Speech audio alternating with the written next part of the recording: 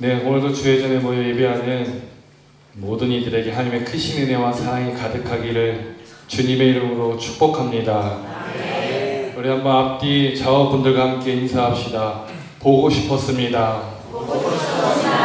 오늘도 잘 오셨습니다. 은혜 많이 받으시기 바랍니다. 네, 어찌 보면 저희 교회 구성원들을 보면 대부분 이제 가족분들이 많습니다. 또 친구, 형제, 자매이기도 합니다. 한번 묻겠습니다, 여러분. 집에서 보는 얼굴, 교회에서도 보면 좋을까요, 나쁠까요? 좋습니까? 네. 저희 부부도요, 사실 각자 직장을 다니다가 이곳에 와서 이제 대부분의 시간을 이제 같이 보내게 되었습니다. 그러다 보니까 처음에는 적응이 잘 안 되는 겁니다. 이제 보면 저는 이제 떨어져 있다 보니까 같이 있는 휴일이나 이럴 때는 잠시만요. 대부분 무엇이든 같이 하자 주의예요. 저는 항상 어딜 가든 제 와이프를 좀 데리고 다니는 편입니다. 근데 거꾸로 제 와이프는 평소에 따로 있지만 주말에도 너는 너, 나는 나 이런 경우가 좀 더 많아요. 혼자서 뭔가 이렇게 하고 하는 것들을 좀 좋아하다 보니까 제가 항상 같이 어디 뭐 하자, 같이 가자 이러면 조금 불편함을 좀 느끼기도 합니다. 그런 저희가 늘 같이 있다 보니까 정말 적응하기 쉽지 않더라고요. 물론 지금은 조금 괜찮아진 것 같은데 순간순간 그래도 가끔은 좀 떨어져 있는 것도 나쁘지 않겠다라는 생각을 좀 가져왔습니다. 물론 이제 뭐 며칠씩 이렇게 떨어져 있으라 이런 건 아니에요. 그냥 잠깐 가끔 직장 다닐 때처럼 각자 일 보다가 저녁에 만나는 것도 나쁘진 않겠다라는 생각을 좀 가져봤다는 겁니다. 혹시 여러분들은 어떠하십니까? 청장년 분들이야 대부분 이제 직장 다니시다 보니까 하루 종일 붙어 계시는 경우들이 조금 드물 거예요. 그런데 이제 어르신들 또 이렇게 농사일 하시면서 어찌보면 늘상 함께 하실 겁니다. 어떠십니까? 늘 같이 계셔서 좋으십니까? 우리 남자분들은 아멘이시죠? 그런 말 있죠. 말하지 않아도 알아요. 그런데 여러분, 정말로 중요한 것은 지금 이 시간, 지금 이 자리에 여러분의 아내와 남편, 부모와 자매, 자녀, 친구들, 형제, 자매 그 모습으로 함께 할 수 있는 것 그것만으로도 축복이라는 거예요. 앞서 제가 이렇게 인사하자 했습니다. 보고 싶었습니다. 근데 여러분 같은 가족이어도 한 교회에서 예배 드린다는 거 쉽지 않아요. 그럼에도 주일 이 예배 시간 함께 예배 드릴 수 있음에 먼저 감사하시길 바랍니다. 안타깝게도 평일엔 늘 함께 하지만 이 은혜의 자리에 같이 하지 못하는 경우들도 있습니다. 물론 여러 이유가 있겠지만 그저 불평하고 안타까워하는 데에만 그치지 말고 우리 모두가 함께 기도합시다. 그 가정의 어떤 가족 구원을 위해서 그 가정만 기도한 것이 아니라 우리 모두가 다 함께 그들을 위해서 기도하여야 할 것입니다. 우리 모두 믿음의 가정 아닙니까? 더불어 함께 신앙생활하는 온 가족 그 구성원을 위해 온 성도 가족 복음화를 위해 함께 기도합시다. 꼭 기억하시길 바라요. 나만 살고 교회만 살면 아니 됩니다. 내가 살고 가정도 살고 그리함으로 교회가 살아야 되는 거예요. 개인적으로 여러분 한 사람 한 사람 주님의 몸된 성전이 되고 또 가정은 그 구원의 기쁨이 넘쳐나는 천국이 되고 교회는 바로 그 하나님을 예배하며 그 얼굴을 배우는 주님의 보좌가 되어야 할 것입니다. 기억하시고 바라기는 온 성도 가정마다 눈물로 뿌리는 그 믿음의 씨앗이 복음의 씨앗이 열매 맺어 수확의 기쁨을 누리는 은혜가 있기를 주님의 이름으로 축복합니다. 저는 오늘 여러분과 함께 믿어지는 은혜라는 제목을 함께 말씀을 좀 나누고자 합니다. 오늘 우리가 읽은 고린도전서 12장은요, 성령에 의해 주어지는 다양한 은사에 관한 내용을 담고 있습니다. 그 은사들은요, 여러 종류가 있다 합니다. 또 성령의 뜻에 따라 각 사람들에게 주어진다는 것을 가르쳐주고 있어요.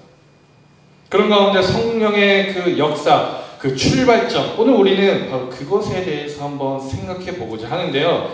사도 바울은 말합니다. 오늘 우리가 읽지 않았지만 2절 말씀에 보면, 알다시피 여러분이 이방 사람일 때에는 여러분은 이리저리 끄는 대로 말 못하는 우상에게로 끌려다녔습니다. 그렇게 사도 바울이 이야기합니다. 우상들에게 이리저리 막 끌려다녔다는 것, 그들 삶에 진정한 신으로 고백할 리가 하나도 없었다는 거예요. 그래서 여기 신도 기웃, 저기 신도 기웃 그러면서 정처 없이 헤매는 나그네와 같은 신앙이었다는 겁니다. 주변에 보면요, 마음이 약해서 혹은 뭐 어떤 큰 고통 가운데 또는 큰 일을 앞두고 여기저기 막 이 종교도 갔다 오고 저 종교도 갔다 오고 또 무속신앙을 기웃거리는 사람들이 있습니다. 바로 그런 사람들의 모습이 오늘 고린도전서 12장 2절에 기록되어 있는 모습이에요. 그런 거 있잖아요. 뭐 하나님, 부처님, 알라님, 당구님, 생각나는 모든 신들 막 그러면서 나 뭐 고쳐주세요, 치유해주세요, 뭐 문제 해결해주세요. 그런 소원을 비는 모습. 여러분, 이런 이들은요, 신을 대상으로 보지 아니하고 자기 소유로 보는 이들입니다. 신을 뭐 이렇게 말 그대로 그 신주단지 안에 담아 가지고 다니듯, 혹 알라딘의 램프처럼 그 지니처럼 내가 필요하면 꺼내고 필요 없음 막 던져버리는 그런 이들. 그런데 여러분, 그런 이들의 단순히 교회 다니는 그런 이들의 모습이 우리 교회 다니는 이들의 모습에도 담겨져 있더라는 거예요. 교회를요, 복 받으러 나옵니다. 교회를요, 문제 해결 받으러 나옵니다. 교회를 사회생활하러 나옵니다. 복 받고 문제 해결 받는 것들, 예, 하나님은 능력의 하나님이시기 때문에 못하실 일 없다 합니다. 다 하실 수 있습니다. 복 주십니다. 문제 해결해 주십니다. 그런데 생각해 보세요, 여러분. 구원의 문제를 해결받지 아니하고 어떻게 그저 비나이다 하나님께 비나이다, 나 고쳐주세요, 나 해결해 주세요, 부자 되게 해주세요, 그렇게 기도한다고 해서 하나님께서 그 기도에 응답해 주실까요? 여러분, 바로 이 구원의 문제를 해결해 주시고자 하나님께서 성령을 보내주신 겁니다. 오늘 사도 바울이 이야기합니다. 성령을 힘입지 않고서는 아무도 예수는 주님이시다 하고 말할 수 없다고 말해요. 거꾸로 말하면 예수를 주님이라 시인하는 사람은 누구나 성령 받은 사람이라는 겁니다. 여기에서 우리들 알 수 있는 것, 성령은요, 특별한 사람들만 받는 것이 아니라 구원받은 자 모두에게 주시는 하나님의 보편적 선물이라는 겁니다. 그리고 바로 그 성령을 받음으로 말미암아 하나님은 이제 더 이상 나의 소유가 아니라 믿음의 대상으로 바뀌게 되어지는 거예요. 마태복음 16장 16절에도 아주 유명한 말씀이 있죠. 주는 살아계신 하나님의 아들 그리스도이십니다. 그때 예수님께서 말씀하십니다. 이어진 17절 말씀에 보면 너는 복이 있다. 이것을 너에게 알려준 분은 사람이 아니라 하늘에 계신 나의 아버지시다. 말은 예수를 주라 고백한 것 자체가 바로 성령의 능력이요, 성령 받은 자만이 고백할 수 있는 특권이라는 겁니다. 자녀들이요, 어릴 때는 예수님 잘 믿어요. 한번 생각해 보세요. 지금 여기 우리 자녀들도 있지만, 또 여기 지금 함께하지 아니하는 자녀들도 있지만, 어릴 때는 아마 엄마 아빠 따라 예배 잘 나왔을 겁니다. 그리고 기도도 잘하고 말씀도 잘 읽었을 거예요.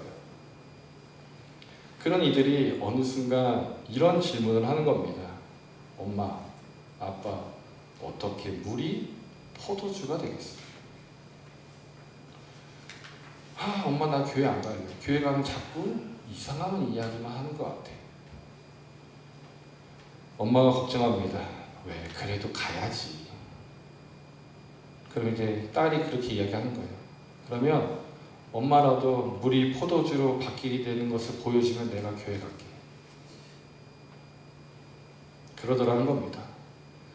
고등학생 자녀를 둔 부모의 고민이에요. 그들이 처음부터 교회를 안 다녔던 게 아니에요. 열심히 다녔던 친구들인데 사춘기를 지나고 또 어느 정도 지식이 자라는 가운데 이게 믿어지지가 않는 겁니다. 여러분, 바로 그 성령이 임할 때 그들의 입술에 믿어지는 은혜가 있는 줄 믿으시길 바랍니다. 그래서 우리들이요, 이들을 위해 기도할 때 그들로 하여금 인격적으로 주님 만나는 은혜가 있게 해달라고 기도하는 거예요. 바로 그 인격적인 만남이 우리가 흔히 말하는 성령 세례, 즉 성령을 받는다는 거고요. 바로 그 성령을 받을 때 우리 자녀들이 온전히 믿어지는 은혜가 있는 겁니다. 사랑하는 성도 여러분, 혹 자녀들이 아니더라도 지금 이 자리에 계신 분들 중에 그냥 체면상 혹 가정의 평화를 위해 부모님 때문에 혹 다양한 이유로 아주 믿음은 없지만 그냥 교회에 오신 분들 계실 거예요. 바라기는 예수님의 삶이, 성경의 말씀이 온전히 믿어지는 은혜가 있기를 주님의 이름으로 축복합니다. 여기 함께 있는 자녀들도 마찬가지예요. 머리로 이해하려니 성경 말씀이 해석이 안 되고 예수님의 구원 사역이 믿어지지 않는 겁니다. 이해가 안 되는 거예요. 딴 세상 이야기 같아요. 실화가 아니라 신화 같아요. 바라기는 우리 자녀들 한 사람 한 사람 정말로 예수가 보내신 그 성령으로 말미암아 먼저 예수가 나의 구원자 되심이 믿어지고 지금은 우리 자녀들에게 하는 거예요. 믿어집니까? 그럴 때는 우리 엄마 아빠들이 어떻게 하죠? 아멘 하는 거예요. 아멘 하는 자에게 그 능력이 임할 줄 믿습니다. 다시 한번 여러분 바라기는 우리 자녀들 한 사람 한 사람 예수가 보내신 그 성령을 말미암아 예수가 나의 구원자이심이 믿어지고 말씀이 읽혀지고 성경 말씀이 믿어지는 은혜가 있기를 주님의 이름으로 축복합니다. 이것이 먼저예요. 이것이 방언하고 예언하고 꿈과 환상을 보고 어떤 은사가 생기고 기도가 막 잘 되어지고 마음이 뜨거워져서 막 전도 열정을 가지고 나가서 복음 전하고 이런 것은요 사실 예수를 온전히 믿게 되어진 그 후에 주어지는 일종의 보너스와도 같은 거예요. 요즘 성과급 문제로 세상이 난립니다. 한두 회사의 문제가 아니라 전국적인 이슈가 돼가지고 누군가는 좌절하고 누군가는 즐거워하는 그런 세상이 되었습니다. 그러나 여러분, 성령 받은 자에게 있어 은사는요 꼭 받아야만 되는 훈장 같은 것이 아닙니다. 주님이 쓰시는 방식에 따라 주시는 달란트예요. 네, 특권이 아니라 쓰라고 주신 달란트라는 겁니다. 이와 관련해서 제가 수요일날도 말씀드리겠지만 어쨌든 중요한 거 그렇기 때문에 교회 안에서 다양한 은사들로 자랑할 것 하나 없습니다. 도리어 은사 있는 분들 겸손해야 합니다. 성령의 은사를 받았다고 자랑하기 전에 내가 진정 예수를 주로 고백되어지는 그 은혜로 말미암아 내가 신앙생활하고 있는지를 한번 점검해 보아야 합니다. 자칫 잘못된 영에 혹은 어떤 신비주의 이런 거에 사로잡혀서 그릇된 신앙관을 가지고 결국 열심히 교회 다니는데 천국 아닌 지옥행 열차를 타는 경우도 있을 수 있어요. 성령 받으라 하면 여러분 마치 그냥 초대교회 마가의 다락방처럼 방언을 하고 은사를 하고 마음에 뜨거움이 있어야 된다고도 이야기합니다. 제일 먼저 떠오르는 생각이에요. 저도 그래요. 그런데 더 중요한 것이 있는데 그 성령을 보내신 이가 바로 하나님이요 그 아들 독생자 예수가 나를 위해 죽으셨구나 라는 것이 믿어지는 은혜, 거기에까지 이르러야 합니다. 예수님께서 부활 승천 이후 성령을 우리에게 보내주신 이유 다른 거 없어요. 이제 육신의 몸으로 내가 너희와 함께 하지 못하더라도 내가 성령을 보내주노니 그 성령을 통해 그가 구원자이심을 믿으라는 거였습니다. 오늘 우리에게도 동일하게 말씀하고 계십니다. 이 때문에 여러분 우리를 성령 받아야 한다라고 이야기하는 거예요. 여러분 사랑 없이는 아무 소용 없다 이야기합니다. 그런데 여러분 그 사랑도요 성령 받지 아니하면 하나님의 그 원하시는 그 사랑이 아니 되는 거예요. 어떻게 받습니까? 뜨겁게 기도하고 막 다다다다 막 이렇게 방언하는 중에 이렇게 받습니까? 성령을? 여러분 엠마오로 가는 제자들이 예수님 만날 때 말씀이 깨달아지는 은혜가 있다고 했습니다. 그때 마음이 뜨거워졌다 했습니다. 이를 우리 삶에 접목시킬 때 오늘 우리가 성령의 은혜를 받기 위해서는 하나님의 말씀, 이 성경을 더 가까이 하는 모습이 있어야겠습니다. 제가 지난주에 성경 속에 구원에 이르는 지혜가 있다고 말씀드렸습니다. 여러분 오늘이 무슨 날인지 아십니까? 맞아요. 석가탄신일이에요. 그런데 여러분 오늘은 교회 역사 우리 믿는 자들 아닙니까?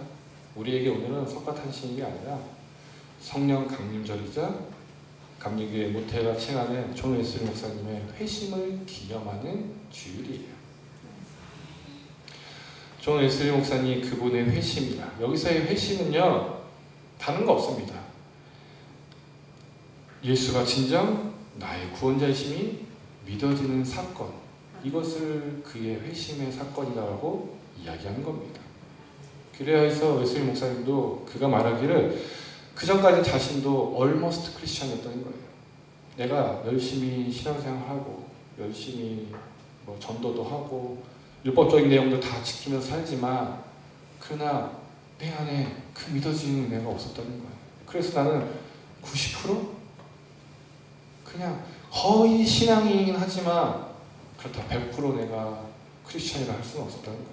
그런데 완전한 크리스천 100% 믿음의 성도가 된 데에는 바로 이 회심의 사건이 있었다는 겁니다. 그런 그의 별명이 있는데 그는 한 책의 사람이라 불리던 이였어요. 여기서의 한 책 어떤 책일까요? 성경 말씀의 사람이었다는 거예요. 사실 그가 회심할 때에도요 그는 낭독자가 읽어준 그 로마서 서문을 듣던 중에 다시 말해 말씀을 듣던 중에 마음에 동요가 일어났다 그렇게 이야기하고 있어요. 그의 고백이에요. 그가 이렇게 이야기합니다. 낭독자가 예수를 믿음으로 일어나는 마음의 변화에 대한 부분을 읽을 때 이상스럽게도 나의 마음이 뜨거워짐을 느꼈다. 그렇게 내가 성령이 임했을 때 그리고 그리스도만을 나의 구주로 신뢰하는 그 마음이 생겼다. 또한 그리스도가 나의 죄를 사하시고 나를 구원하셨다는 확신을 갖게 되었다. 그 위대한 목사님이나 오늘 우리가 예배하는 우리의 모습이나 다 똑같은 거예요. 그런 면에서 저도 성령 받고 여러분도 성령 받으면 이 우리가 위대하다 생각하는 이 인물의 고백이 바로 우리의 고백이 되는 겁니다. 그런 가운데 그런 웨슬리 목사님에게 가장 기본적인 교리와 중요한 신앙의 근원이 되었던 것이 바로 성경이었습니다. 우리로 하여금 감리교인이라 그렇게 이야기해요. 우리는 감리교회를 다니는 감리교인이에요. 감리교인 이것을 영어로 하면 메소디스트라고 합니다. 메소디스트 또다시 우리말로 바꾸면 규칙쟁이라는 뜻을 담고 있습니다. 왜 규칙쟁이냐? 날마다 똑같은 것을 반복하더라는 거예요. 무엇을 반복했을까요? 말씀과 기도. 어려운 거 있습니까? 아닙니다. 매일 말씀과 매일 기도 생활을 이어갔던 거예요. 그 모습이 기본적으로 우리 감리교회 교인들에게는 깔려 있어야 합니다. 특별할 때만 말씀 보고 특별할 때만 기도하는 것이 아니라 우리의 정체성은 날마다 말씀, 날마다 기도예요. 그래서 사실 요새 막 큐티 막 물론 오래전부터 큐티 하고 요새도 큐티 하는데 정말로 이 큐티의 시작은 우리 감리교회예요. 감리교. 그리고 그 큐티 말씀을 나누고 삶을 나누는 그런 모습을 보이고자 우리에게 속회도 주시고 밴드란 모임도 갖게 한 겁니다.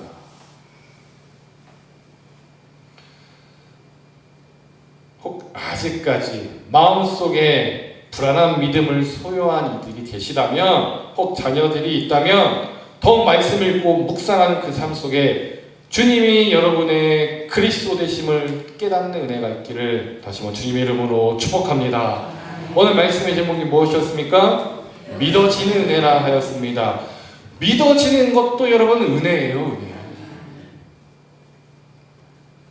하나님께서 여러분에게 성령을 선물로 주셨기 때문에 그렇습니다. 물론 먼저 여러분의 입으로 주라 시인하는 그 믿음이 있어야겠지요. 그래서 교회에 나오셔야겠지요. 그렇게 신앙생활하는 중에 또 말씀을 가까이 하는 중에 이제 여러분의 마음으로 우러나오는 고백, 주는 그리스도시요 나의 살아계신 하나님이시요 주는 나의 구원자이십니다. 여러분 영으로 고백하는 은혜가 있어야 할 줄 믿습니다. 예수님께서 말씀하셨습니다. 나는 너희를 고아처럼 버려두지 아니하고 너희에게 다시 오겠다. 그렇게 다시 오신 예수님이 곧 성령님이요, 그 성령을 통해 예수님께서 육신으로 우리와 함께하지 아니한다 하더라도 믿음 잃지 아니하고 계속해서 구원의 완성을 이루기에 우린 오늘을 살아가는 겁니다. 혼자서요? 아닙니다. 말씀 속에 담긴 성령의 인도하심 따라 살아가는 거예요. 그런 맥락에서 여러분 이렇게 기도하시길 바랍니다. 주님이 보내신 성령 내 안에 계시옵소서. 그 성령의 인도하심 속에 말씀을 바라보는 눈이 떠지게 하여 주옵소서. 기도하시길 바랍니다. 말씀을 읽고 묵상하며 삶에 적용하는 그 모습을 통해 예수가 나의 주로 고백하고 하나님을 나의 하나님으로 예배하게 하여 주옵소서. 그렇게 기도하는 여러분 되시길 바라요.